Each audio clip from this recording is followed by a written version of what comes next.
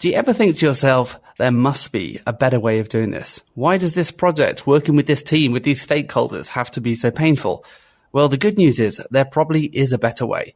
And your curiosity might just be the catalyst needed for making change happen. Samuel Johnson wrote, "Curiosity is, in great and generous minds, the first passion and the last." And it's certainly the passion of my guest today. So keep listening to today's podcast if you want to know why curiosity matters and how to grow and cultivate it so you can become a better manager of people and projects. Thanks for tuning in. I'm Ben Ashton, founder of The Digital Project Manager. Welcome to the DPM podcast. We're on a mission to help project managers succeed, to help people who manage projects deliver better. We're here to help you take your project game to the next level.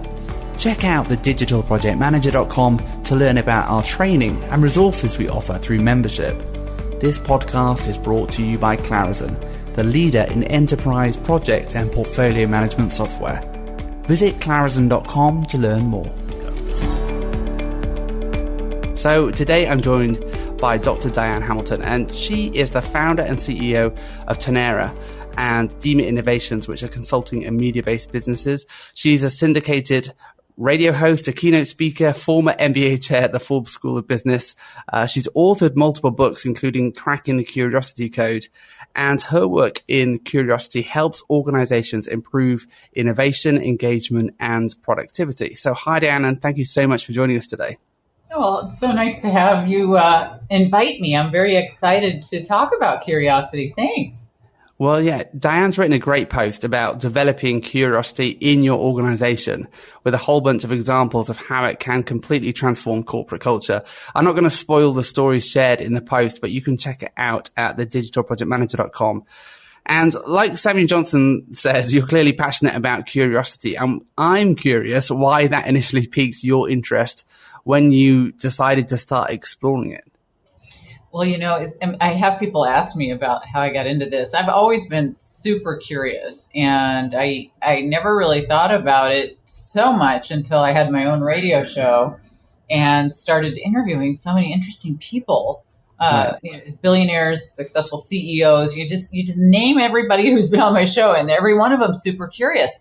And so I started to consider how that differed from the students I had and the courses I taught. Sometimes I'd have super curious students, and others would be just, mediocre. They kind of wanted you to tell them how to do things rather than discover it on their own. And that kind of led to my interest in what makes someone curious and what, maybe slows it down. And as I started to write a book about curiosity, I started to realize that there wasn't any way to really measure or determine these things that keep us from being curious. There wasn't an instrument that did that. So that led to my creation of the Curiosity Code Index, because I wanted to find out what stops us from being curious. Because if you can find out what stops you, then you can improve. Right.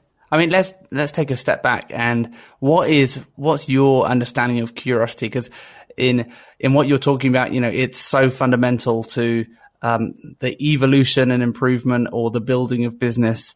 How do you define or explain curiosity?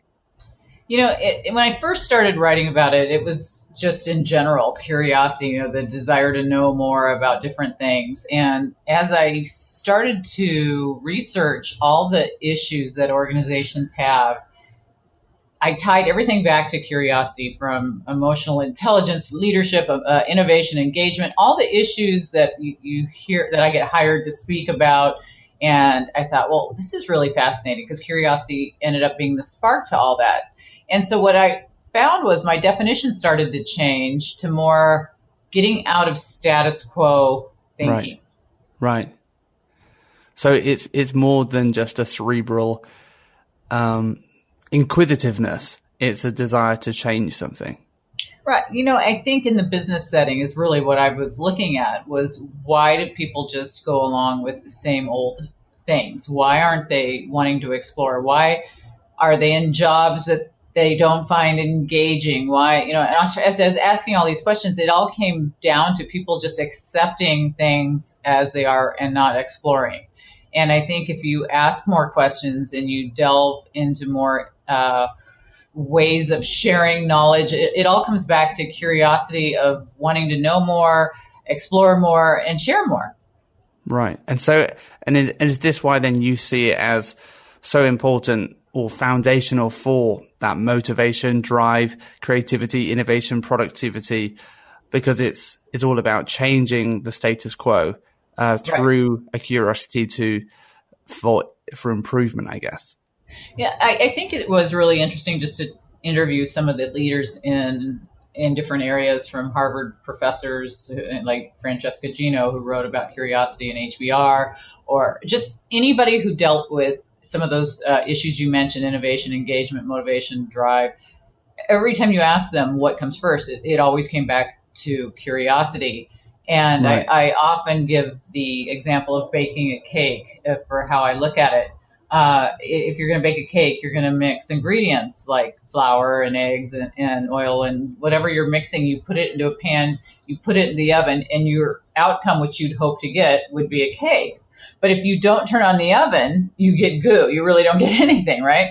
And in the working world, the ingredients would be all the things you mentioned of innovation, engagement, creativity, all those things. The companies, they're mixing these ingredients. They're just forgetting to turn on the oven. And the oven is curiosity, the spark to all these things. And the end product, of course, is productivity and success in terms of, financial rewards and all of that. That would be your cake. So to get that cake, you have to turn on the oven, which is to light the spark of curiosity. Right. And so if curiosity, if we're trying to light that spark of curiosity, how do you measure it? Because you're talking about curiosity being that stimulus that helps us change the status quo. So is the status quo in your mind ever the way that things should be? On how do you measure that change? Because there's changing the status quo, but then there's that qualitative improvement as well, which is not necessarily change. Well, it was really interesting because when I first started to create the assessment to find out what stopped us, I had to explore a lot of different areas. I had to hire statisticians. I had to go out and do threads within social media. I had to do factor analysis and all these different ways of looking at the data to see if you're asking questions to get at what you're trying to achieve, which is to ask questions that figure out what's stopping people. And through doing all this, through thousands of surveys and years of research, it really came down to 4 things inhibit curiosity. And those 4 things are really the things that are keeping us in status quo. And if we can address those, then we can move forward. Yeah. And so I know you talk about these impediments to curiosity being your FATE framework: fear, assumptions, technology, environment. Can you explain why you dialed down to those? I mean, obviously it looks good, but why FATE? For me, I think it's often, if we're talking about the impediments to status quo, or impediments to us changing the status quo, I think in my personal experience, I think probably it's laziness. Where does laziness fit into your framework? Well, some of the laziness comes from apathy based on your assumptions that something is going to be boring. You know what I mean? And as you start to tell yourself, well, I've done that in the past, that teacher's made it sound horrible. Or you think of the monologue you have in your head of things that you talk yourself out of doing things, which makes you lazy. I am lazy when it comes to wanting to clean my house because it's just, but if you spark some interest in something, and if I clean my house and I found $1 million doing it, I might not be so lazy. So I think it's all the way you present things, the rewards we see for things, the advantage we see for things.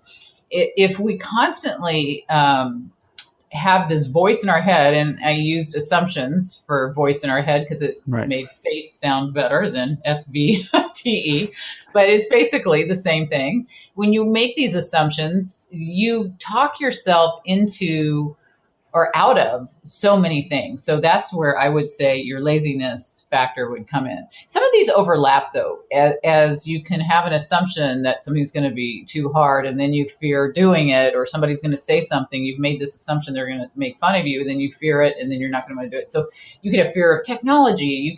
Some of them overlap, but in general, these were really strong categories when I did the statistical analysis, which was, super exciting. But as far as what people would care about, it did come out very clearly that these 4 things were strongly associated. And so how do we, in terms of these are obviously a framework for helping us think through those impediments. Mm-hmm. Do you then have a framework for overcoming them? Well, what we do is, if people take the Curiosity Code Index, people can take it online at curiositycode.com, or, I have a lot of companies where they give it to everybody. That type of thing can be done in an overall group setting. But either way, if they go through the training program, or even if they just want to, in their mind, think about this without taking any assessment, just kind of go through each one. Let's start with fear. As you talk about fear, maybe write down on a piece of paper things that you're afraid of exploring for fear of failure, fear of embarrassment, maybe loss of control. And as you list some of these things, you can create action plan items for how am I going to overcome these things now that I recognize them. See, recognizing it is half of the battle. I mean, a lot of people don't realize that these things are holding them back. But when you spell them out and then you create kind of a personal SWOT analysis based on looking at them and then create measurable action plan items, then you can overcome them. Do the same thing with assumptions. Think about, what do you find, what are you telling yourself I'm not interested in? What am I apathetic that's leading to my laziness? Or right. What do I see as unnecessary? And again, you're going to come up with steps to overcome them. And then with technology, a lot of it is, it does it for me. I'm not trained. I find it overwhelming. Write down how you're telling yourself these things. Is it that you feel like you can't catch up? Is it that you're not interested and you go back to apathy and we're back to assumptions? Some of these things we have to come up with step-by-step ways to see if we're under or over utilizing technology. Because if you're relying on your device to answer everything and you're not getting any foundations, you might have been the most interesting mathematician in the world, but if we just threw a calculator at you and you never understood it, I mean, there's a value to understanding foundations behind things. And then, sometimes we overutilize it, and some days maybe have low-tech days, have high-tech days where you learn about things, have low-tech days where you don't rely on it. There's a lot of different ways to overcome in that respect. And then environment, really think about how your education, your teachers, your family, your friends, your workers, your peers, your leaders, any past leaders, current leaders, everybody you've ever interacted with, even social media, and how they're directing you in certain directions that maybe you wouldn't have explored or even wanted to explore, but you're kind of going along because it's the right, cool thing to do, or that's what everybody else does. Or if your teachers really couldn't answer your questions about a subject you found really fascinating, well, maybe it's time to explore it. Or if your family told you always had to go into this particular business, but maybe that's not what you want to do. This is a time to face that and think, well, what could I do and explore that maybe they talked me out of? Yeah, I'm curious how, as we're talking about environment, how you see this kind of operating within the kind of structure agency debate in terms of how much agency does an individual truly have, and to what extent are they constrained by the structure that they're operating within when we're thinking about, trying to battle against the status quo individually. And I think this is why I'm interested in this individually as project managers, which many of our audience will be. Mm-hmm. We operate within this structure, or within this framework where maybe we can be as innovative as we like. We can try and challenge the status quo, but often there are people, the key holders at the top of the chain, right, who are the ones who are actually the ones able to unlock change the status quo. So I'm curious as to how you kind of think about structure and agency and the kind of the role of the individual in facilitating change when we're in these organizations often that have things, I guess, very processed that's predefined, or maybe we're just not empowered to make change. So how do you kind of think about curiosity within that context? You bring up some interesting topics. I spoke at International Project Management Day and a lot of different project management sessions where we talk about, you think getting things done on time and you don't want to slow things down, but yet if you don't have contingency plans, you've got different issues to deal with.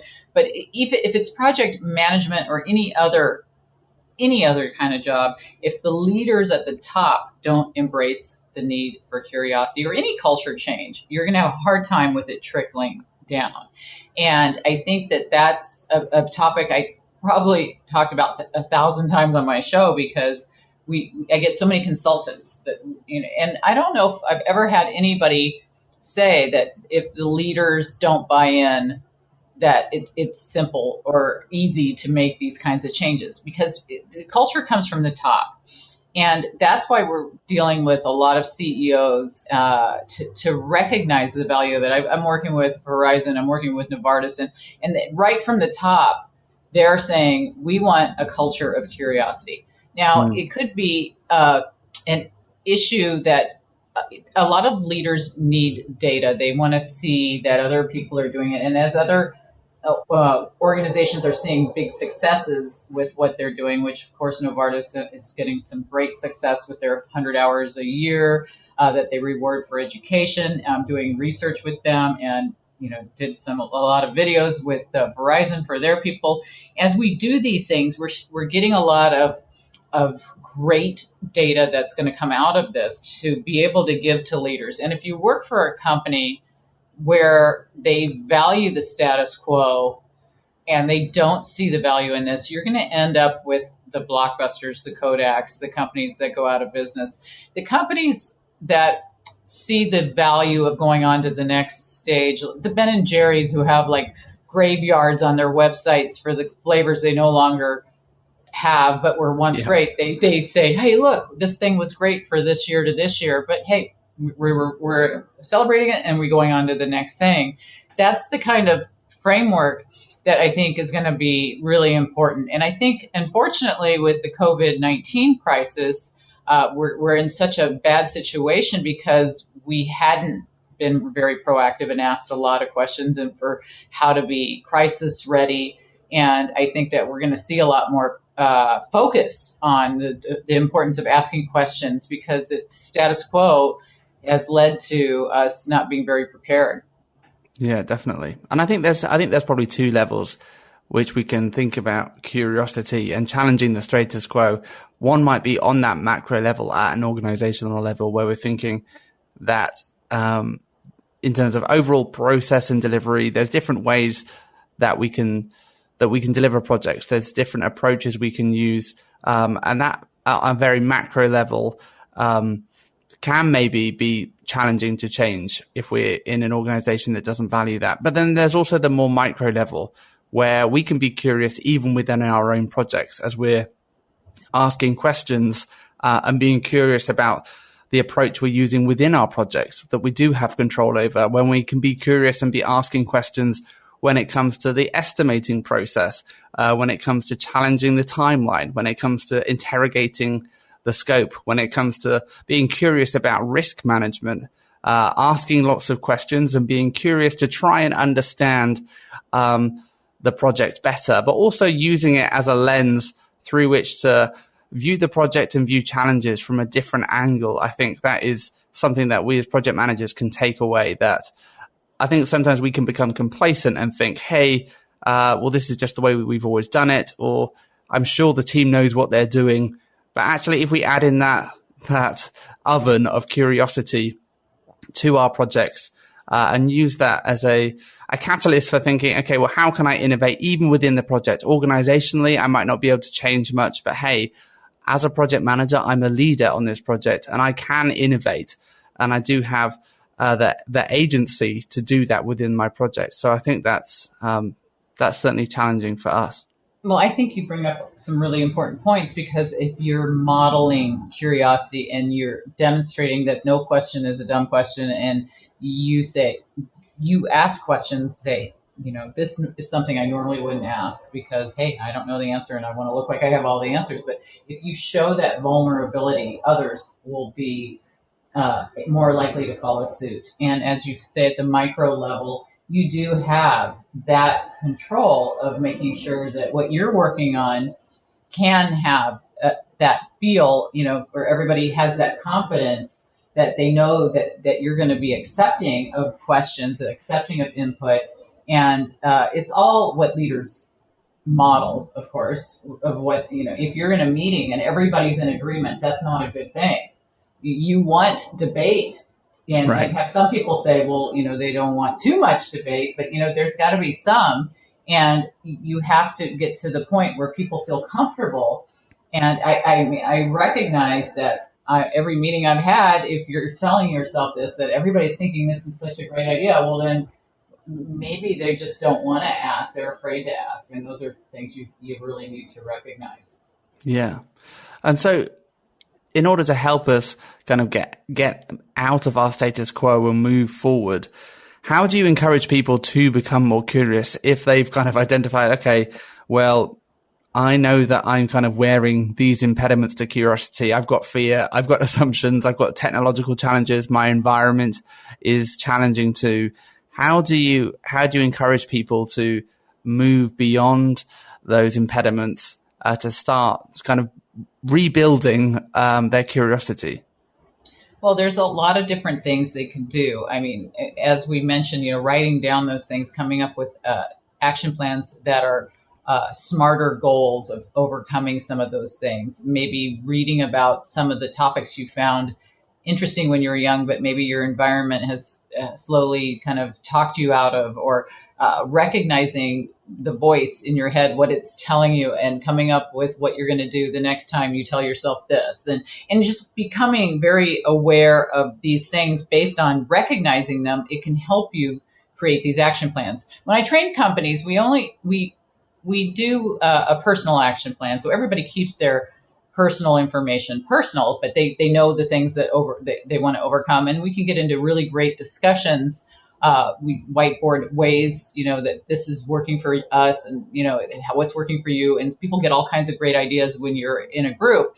But that's a very safe environment where you get to keep your own results. But what also comes of those training sessions is an overall action plan that we give to leaders based on the input we get from the course participants. And those questions we ask them is, how can your leaders help you develop curiosity to improve in critical thinking or leadership, or all the issues that the leaders want improved within the organization. When we do that, we brainstorm again, we create this great plan that we give to leaders. And it's basically, this is how we want to build our curiosity. This is what you can do to help us. It's kind of like when Disney had problems in their turnover in their laundry division. And, they really thought, well, it's a crappy job, I don't want to do this. So maybe, but let's ask them, what can we do to make your job better? Well, they thought they'd get really difficult things that they couldn't solve, but really what they got back were some really great ideas, that maybe if you put an air vent over my desk, it wouldn't be so hot, or if you had my table desk go up and down so my back doesn't hurt. And they got real world practical solutions to problems, and their turnover decreased dramatically. And that's basically what we're doing in our second part of the training with people, is we're getting the answers from the horse's mouth, so to speak, giving it to the leaders and going, this is what it's going to take to help everybody be more curious, and this is how you can help them. Cool. And I think that's great advice. And I'm curious for you, in terms of developing your own curiosity, mm-hmm. Where do you go to get inspired? What are you reading, or what are you kind of investing in to kind of to continually inspire yourself? I tend to like to do things that I think I'm not going to like, just to ensure that I really am not going to like it. Like, if I don't really think I'm interested in a particular topic, I might read a little bit more about it, or I might I like stretch goals quite a bit. I tend to speak at conferences that are really challenging, or I tend to read different sections of papers that I normally wouldn't read. I think a lot of us always read this. We always drive this way. We always do this thing. And once you recognize that you do that, and just stepping out a little bit, start baby steps, just read a different section of the newspaper, go a different way to the grocery store, take a look at different things, just kind of get yourself out of that same groove that you're always doing the exact same things. Right. And I think it helps to look at what other people do. For me, my podcast is something that really helps me explore. If I'm interested in something I don't know a lot about, I might interview the top Bitcoin expert, or whatever it is. And sometimes just going to people and asking them, what do you know about this? Because I know you know a lot about it. And you can learn just amazing things, and things that you think you might not be interested in, you might be. Yeah, I think that's really good advice. And I think I was actually watching a masterclass yesterday, and it was which I think is a great source of random inspiration for if you're looking for things to increase your curiosity. I think masterclass is great because it presents all kinds of, different things: ballet, cooking, Mexican cooking. Steve Martin doing storytelling. Yeah. If you're wanting to broaden your interests, I think it's a great place to go. But one of the things they were talking about was actually about copywriting. And I think they was talking about how people often think, oh, well, this is my voice, in terms of this is the way that I write, and I always write that in that particular way. And I think they were just challenging that kind of assumption, in that we don't always have to write or have the same kind of mono interest. And I think what you're talking about in terms of diversifying our interest and trying out different things is super helpful in terms of increasing our exposure, because we're going to carry on thinking the same way we always think if we're still consuming the same kind of ingredients. Like if our brain isn't going to start thinking about things in a different way. So things like Masterclass, I think, are super helpful. I also use Blinkist as well, which is a app which gives you summaries of different books. And in terms of piquing your interest in other areas as well, I think that can be super, super helpful. There's so many great sites like Udemy, you name it. You can teach yourself so many things online. I actually have done the masterclass stuff. I think it's wonderful. I was on a Udemy course this week on learning script writing for movies, just unusual things, just to kind of spin the wheel maybe every week and see what's on there, and whatever you land on, just listen to it. A lot of them are free, and you can just, if you don't like it after an hour or two, just go on to something else, but get a fair shot. So is the Curiosity Code, the film, coming out soon? Somebody did ask me to create a video of this, but I don't know that it would translate to a film. But hey, you never know. You never know. So I just want to close by saying, for someone who's thinking, hey, well, this is all great, but what's my first step? I know I need to be more curious. What do I do today?